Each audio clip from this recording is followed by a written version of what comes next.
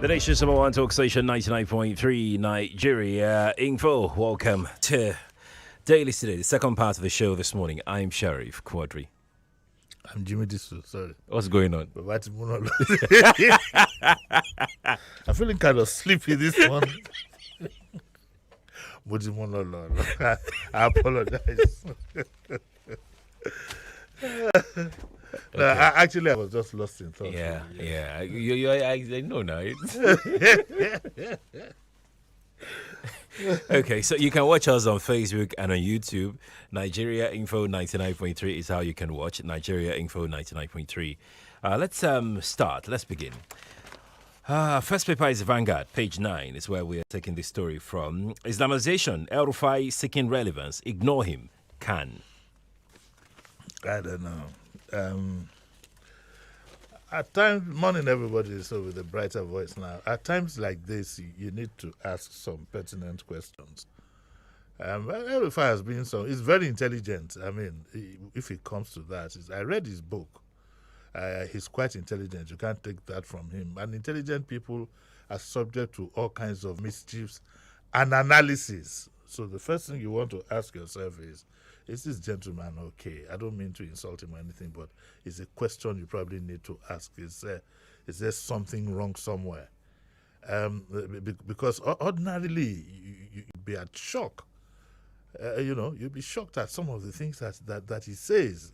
Very difficult for you to digest. So the first thing we probably need to find out is if this gentleman maybe don't read book past the level way, But having said that, I also know, or I won't say that I know, I believe very, very strongly that he's a man of mischief.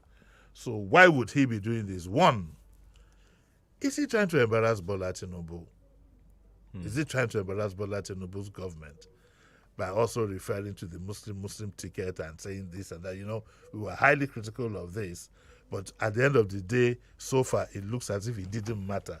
So is he trying to create a crisis for him? Is it that El-Rufai, for example, was promised something that it looks like it might not come to him? Don't forget that, for example, when the Secretary of the Government was announced about 2-3 days ago, he would have decided sometime last week. Did he get wind of it? Is there something that he wants from Tinubu that he's trying to? Because if all other parameters are ticked, if we tick all the boxes of being okay, then there's mischief. That is one side of the equation. The other side is, of course, the response that he got, which would have been expected. You will all huff and puff in the media. You're phoning on the programs. The social media will be a buzz. And after 1 week, business as usual. But the point, and those he's making it to, would have been made. Let me go quickly run to the response side. For those who feel pained by these things, and that includes me, I feel pained by this. Not just because I'm a Christian, I don't have any problem from a Muslim background, so that's not the issue. Or neither do I believe, to some extent that there is any complete aim to Islamize, Nigeria. I think it's all politics, it's all a power game using the sentiment of politics. That's what I believe. But also, why do we always do the same thing the same way and then expect something different? The response has gone along the same path. Meanwhile, what the response should be is to keep quiet. For those who feel affected, strategize. Pick the major problem with various interest groups in Nigeria, from trade associations to association from country ethnic groups and so on and so forth. Is that, and I'm going to say this only once, you always end up picking the wrong leaders who will sell you out. I believe that there must be balance in this verbal terrorism that we're having, since it seems to have a freeway. But who's going to do it? That's the main question. Who's going to do it? You could all see when this Muslim tickets came up, let's just take that as an example. We were surprised at the reactions we got from some other people who said it didn't matter. And they were supposed to be representing other interests. Nigeria has now become, unfortunately, a country of interest. Everybody now needs to protect his own immediate terrain. But what do you have? All of us, we're all complicit. We always end up picking those who will think of themselves first. Is there anybody of the slightest mold of a man like Nelson Mandela in Nigeria who is ready to go to prison for 27 years for a cause? None. Do you know of any? Including me today. You can't even point to me. Sheriff for my. Wait. Can you do I it? lost one now. No. Activism in Babana. No. You know, you find that the various interest groups that we have are set up for personal. You know, that if I did this group and we can issue statements and whatever, when it's time for political appointments and so on and so forth. I would just say to Nigerians that we have so many fishes to fry that, you know, that concern our immediate whatever, than to pay too much attention openly to El Rufai. In the meantime, I think everybody should know, you don't need to be told, that survival in Nigeria you will need as an individual, as a family, as a group, as an ethnic group, even as a state. All along that line, you will need to strategize to, you know, to wade through what might be ahead. And that starts with picking the right leadership, but we never do. Let's move on to our next story this morning. We have this one here from Vanguard newspaper, page 5, and it reads, unpaid gratuities, pensions, salaries, choke states. Before I got a shock this morning, I was going through, I think it was Facebook or so, and I saw that one governor in the East, you know, had one of the most expensive SUVs as his official car. The most expensive. I saw the video. The most, and of course, all the cultural dancers were all that. Everybody was happy. I don't think anybody stopped to ask themselves, is it this guy's personal car? Or he's a, you know, even if it's his personal car, it's the symbolism. What occurred to me, though, is for us to instill our leaders now and insist that it cannot be business as usual. You cannot be enjoying all the good things of life, especially with state money, and expect us to be going around with flat tummies. I don't know of any kuna. No, Kwanshewugwa. No, I mean equal. If it wasn't that, this is your program, I would have thrown you out of the studio. Because the significance of what I'm saying is worrying because of this story that I have in front of me. Unpaid gratuities, pension salaries, choke states. Akeredolu's intervention in Ondo. Akeredolu, who will finish his second term next year, met a backlog of 7 months' salary arrears and has paid 6, remaining January 2017 and 2 months for local government. So we still have workers in Nigeria who are still being owed salaries all the way back to 2017. Oyebanji inherits 46 billion unpaid gratuities in Ekiti. But has Fayemi taken his? Yeah. Question. Oyebanji, Governor Biodo Oyebanji, 40 billion unpaid gratuities in Ekiti. A journalist should find out, which should be very easy to do. If you roger somebody in secretariat, they'll fish out his file and find out if he's taking his own. All of you know the kind of pensions that our governors and political office holders. So that's his 40 billion. Ogun owes 18 months salary deductions. In Ogun State, Dakwabiodun owes civil servants 18 months salary deductions, such as union dues, cooperative deductions, and pension. Contributory pension scheme. 18 months, Dakwabiodun. The State Secretary of NUP, Bola Lawal, said out of 68 billion that Abiodun inherited from Amosun, he has paid only 3.6 billion. So we are going to watch out if he will net this off in 4 years. And if after that 4 years, I doubt it. He will collect his own Strongly. and zoom off. Number two, Dr. Abiodun is his own case. I can't understand. It must be a joke. I saw something, a keke napep that is supposed to be some ambulance. Have you seen the video? Yes, I have. Is that for real or it's just a skit? I'm not even sure that he's the only one that has done that. I think I've seen it in It's some the other most states too. irresponsible thing I've ever heard done in my life. An ambulance. Oh my God. What kind of people are we? Our leaders are exposed, for God's sake. Yes, they are. An ambulance should be one of the safest vehicles found on the road, because inside it you have a man whose health has been compromised already. Right. These things can be tipped over. And it was supposed to be for rural areas and so on and so forth. And to put it bluntly and not be rude, these are excellencies who do these things. Would they, if they fall sick, would they want to be put in that kind of ambulance? What is good for the goose is good for the gander. Can't you buy Tokumbo, some Tokumbo Japanese vehicles, and convert them into ambulances? So just to keep the natives short, you throw this at them. It's unfortunate. And that is why I say that, our people are complicit in the suffering that comes to them. You will then find the governor, he will have this long convoy of this and that and that and this. They'll be shouting, everybody will be happy and so on and so forth. Our traditional rulers are not any better.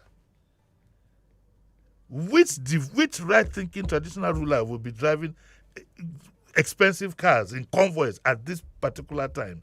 Don't you want to identify with the sufferings of your people? But let's get back to that one. So that's Ogun, that's gone. Adeleke battles 76 billion arrears in Osun. Pension gratuities last paid in 2015 in Oyo. This is contrary to what we were made to believe.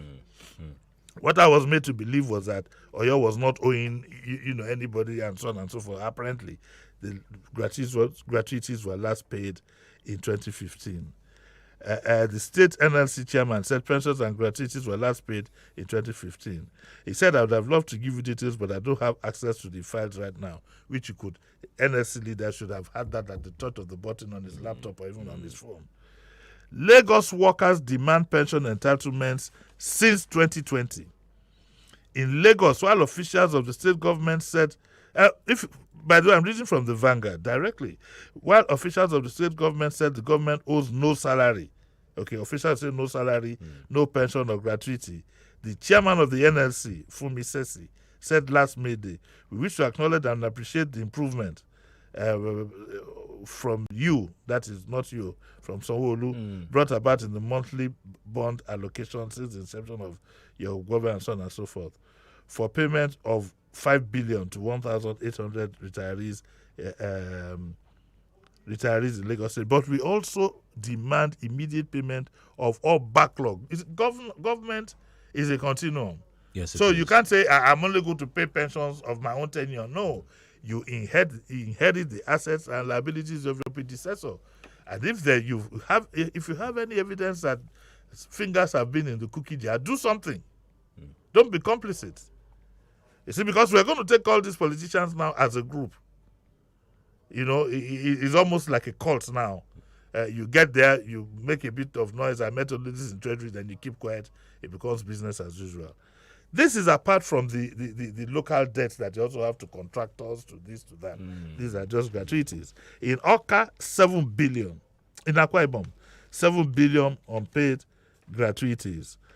Gratuities pension burden in the South-South. 6 states governments in the South-South zone have been consistent in the payment of multi-salary to workers, but none is up to date in the payment of gratuities.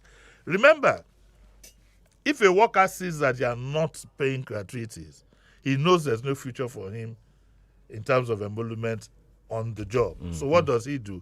He begins to look for alternatives. Obaseki moves to clear the burden in Edo. Gratuity burden remains in Rivers. See how much he was spending state money, donating here and there. But meanwhile, payment of salaries to workers in Rivers State has been regular under Wiki. But contrary to gratuities and pensions, which he allegedly committed 3 billion monthly. The NSC chairman declined comments on the matter. There's a gratuity yoke persists in Cross River. Okay, Ayade has been paying salaries and pensions to both civil servants and political appointees. Sometimes workers and appointees receive their salary alerts twice a month. This is during Christmas and May Day. What, however, has been an issue of concern is the payment of gratuities running into billions of naira. Workers that retired since 2014 are here to get that. So this one just they do show, they pay you twice a month, get alert, everybody loves him. But you have people since 2014. Imagine being old since 2014, Sheriff. Enugu owes 3 years minimum wage. Tales of woe in Abia. Soludo pays 14 billion naira pensions and gratuity, and they are pledged to liquidate them. Okay, Imo, the same thing.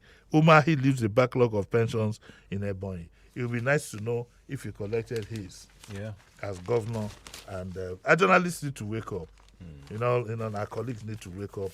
And these are the things that should make juicy news for us to know who is doing what. Indeed. Let's go take this one here. The editorial from the Daily Trust newspaper. Review last-minute decisions by the last administration. Oh, yes. Yes. Both states and federal. Governors whose terms had ended were reading out names of, I'm reading from the Trust now, were reading out names of boards and commissions and caretaker committees of local government areas. There are now strings of approval of capital projects and arrange the sale of public assets. While some of these decisions may be legally okay, their timing was questionable. It also applies to federal. One of the things that will come to mind very quickly is that April Fool joke that was played in June with the Nigerian Air and so on and so forth, and some of the things that the Buhari government did. One of their top officials was even said that we can award contracts until the last day. Okay. So the thrust of this is that they call on the president and new governors to take steps to review some of these last-minute decisions by their immediate predecessors, including appointments, expenditure, and loan agreements. We encourage the new administration to set up a committee to examine the genuineness of otherwise of such decisions, with a view to recovering any funds that might have been wrongly spent.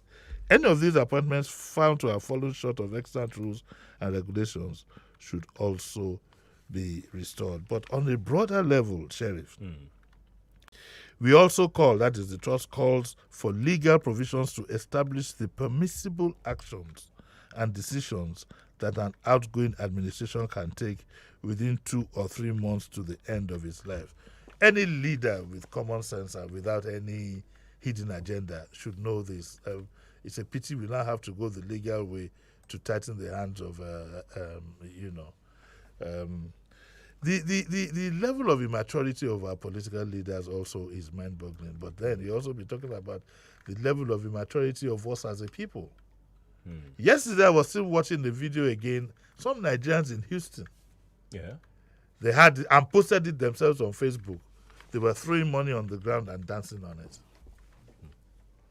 US dollars? Yes, dollar in Houston. And they posted it with glee. They posted it with glee.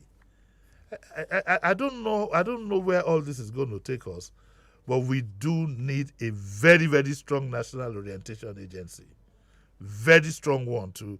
It's a pity that we have to start treating our people like primary school and kids, because of how bad and how far back we have gone in very simple this. And I hope that this government will do something about it, because this also helps to put some of the issues that we are facing in a balance.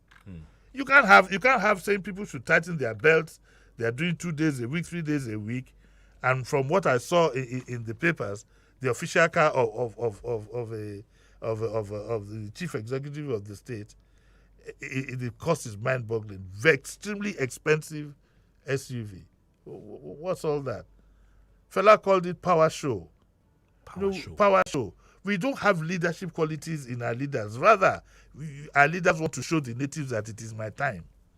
You know, if we used to have apartheid way back then until the likes of Mandela got the black man free, but the new apartheid we have is from the elite, the political elite and even the social elite, who, apart from wanting to get rich, apart from wanting to get wealthy, acquire these things with our own general, what do you call it? Our general Commonwealth, and then want to lord it over us again. I don't understand. For example, where did this idea of convoy become part of our lives? In the days of S.B. Bakari, Fajemi Rokun, and all these people, even MKO Abiola, they moved about quietly. What we have now is complete madness. Complete madness. I saw a video of a lady, I'm not sure she's Nigerian, on, I think, Instagram. And Yes. she was walking alongside the Prime Minister of the Netherlands. Yes. And she was excited. She could not be. She said, "This is unbelievable." Yes. And the Prime Minister was talking to her that he was on his way to his doctor to go and get some medications. Then from there, he will go to his office. And they are both trekking on the road. And this African lady could not, in her wildest dream, And guess what? believe such was happening to her. You know what's his name? What's the name of this Prime Minister before Boris Johnson? Before Boris. Yes, before Boris. One day he was found on the tube. Boris himself rides his bicycle to go to. Is that David Cameron? David Cameron? Yeah. Boris himself is fond of riding his bicycle to go to the grocery store. It doesn't mean they are not protected. Security is not about what you see; it's about what you don't see. You understand? But there is something that has eaten into our head, and unless, because you see, this is what younger people. That's why they'll be doing Yahoo Plus, so that they too can be like those they have ahead of them. If you want to upset yourself as a full-grown adult, when you head correct, go to the social media and see. Look at even the food that is served. I mean, come on. When you go for weddings abroad, nice little lunch, moderate. Nigeria, the food with Oh boy. not just the food that will be served in Nigeria, but the frequency. You clear shrimps and rice and curry rice and Chinese.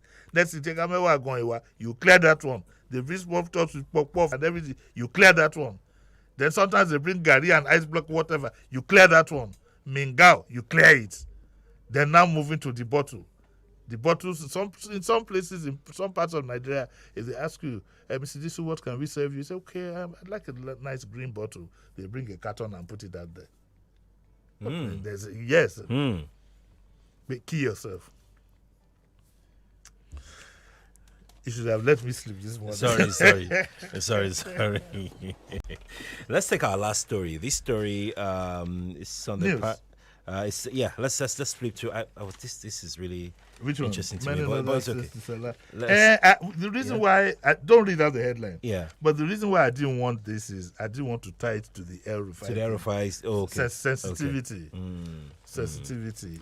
We are one in spite of our religion, and I hope we'll always remain one and not allow some of these mischief makers divide us over nothing. Let's take you through some headlines. The paper. Let's take gunmen abduct 3 Kogi family members, threatening to kidnap more. Why? Which family is this?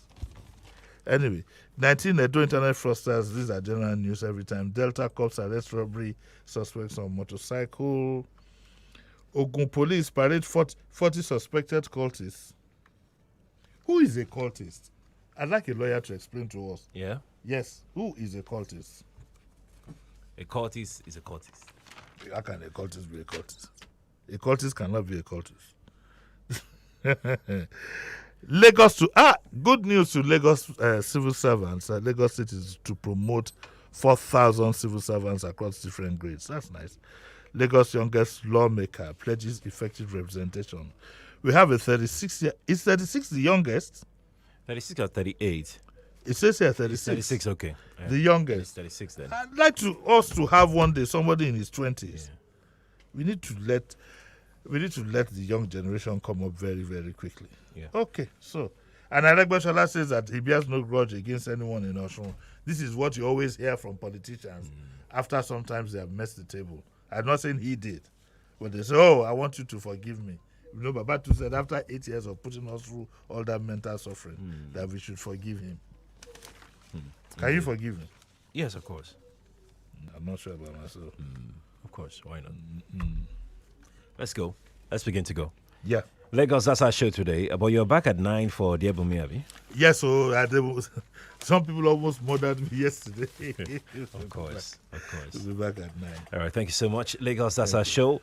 Let's bring you the news. After the news, let's talk Health Thursday here on the Morning Crossfire. Stay with us, please. Whenever I tell people I'm a full-time master's student and a content creator, they go, huh? How are you able?